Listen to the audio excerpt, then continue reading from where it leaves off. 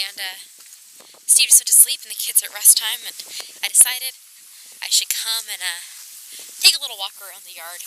I just decided it would be good for me, and I was getting a little chilly, and I thought maybe some sunshine would make me feel warmer, in addition to my blanket, which I've been wearing today, and it's doing a good job, though it's not necessarily the most functional piece if I want to move around a great deal, but it's good if I'm just kind of like staying in one place, which, I mean, I did this morning when we did school and stuff. I was just kind of at my desk doing stuff, but I thought maybe I would prance down the driveway and go check the mail.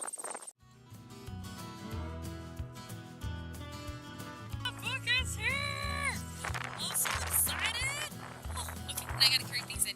So, my book has arrived! Which I talked about that, yeah, I won a signed copy of Turtles All the Way Down by John Green. And it's so excited. And look, oh, there's the signature. Now, there's like 200,000 plus signed copies of these, plus all the ones that they're signing on tour. And like, there's a lot of signed copies.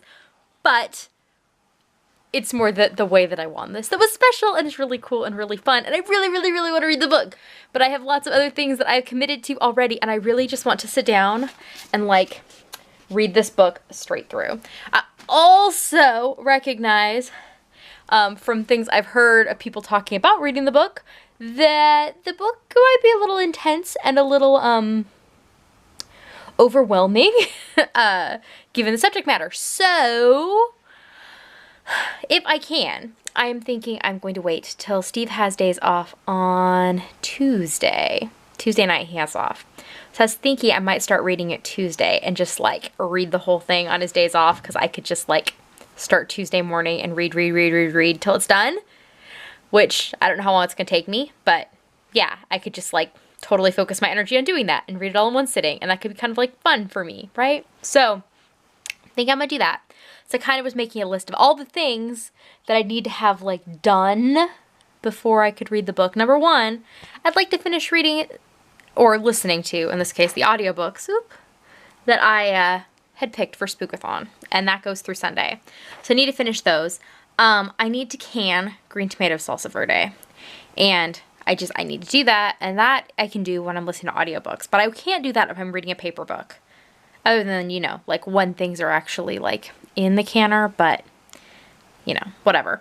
And I also have a bunch of stuff to do for the Hook by Happenstance stuff and Etsy stuff, and yeah, I have things to get in a row.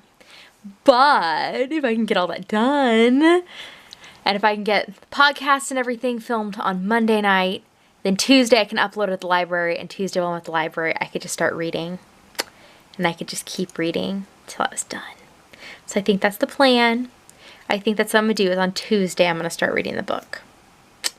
If I can wait that long. But I have just been enjoying, like, I have not had, honestly, a brand new book in years. Like, especially a book that, like, smells new. I remember when bookstores were a thing. I do. I used to love going to bookstores. And I mean, I know there are things some places. They are not a thing here. You can buy books at Walmart, but they're not the same. Books at Walmart don't smell like the books did when you'd walk into like Barnes & Noble or independent bookstores. Remember independent bookstores? So it's just, yeah, it's exciting. And yes, I've been sniffing my brand new book because it smells all new and booky.